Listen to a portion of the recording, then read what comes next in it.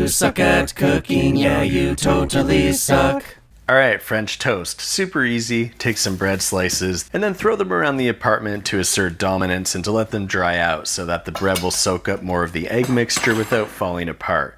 If you're already the alpha where you live, or if you're very careful with your bread, you can skip this step. Crack 2 eggs in a bowl, and if you drop in a piece of the shell, you can get it out with another piece of shell, or with 9 forks, or with a pair of eggshell tweezers. You can also get a piece of shell out by using the gravitational pull of a bigger piece of shell. Now we'll add in 3/8 a cup of milk, a half teaspoon of cinnamon, a pinch of salt, and 1/8 teaspoon of vanilla extract. You can use pure vanilla extract or vanilla extract that's been to hell, and we'll wang jangle that together until we've got an omelet you'd never want to eat.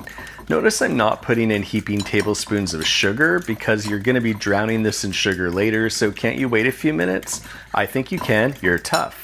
Now we can collect our bread and organize it. And since bread is made in a factory, you want to inspect the crust for any debris that might have gotten stuck in there, and just remove anything that doesn't seem edible. You can use a thick bread or you can use a thin bread. Whatever bread you use, just make sure it's white enough to scare you. Boo.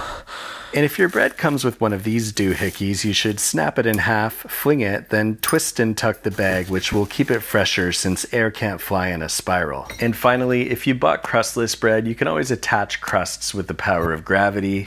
You're going to need a wide flat vessel, like a wide bowl or a pie plate, or an upside down lid, or a giant empty drawer. One approach is to soak the bread in the egg smoothie for 30 seconds each side. This works well with stiff, thick bread or very careful hands, but you can also just do a quick dip on each side, especially if your mixture is more eggy or if you don't want it soggy in the middle. Medium heat, adding butter and a bit of vegetable oil. Insert the square bread into the round pan. We'll cook that for a couple minutes until it's beautifully golden brown on one side, then give it a flip until it's golden brown on the other side.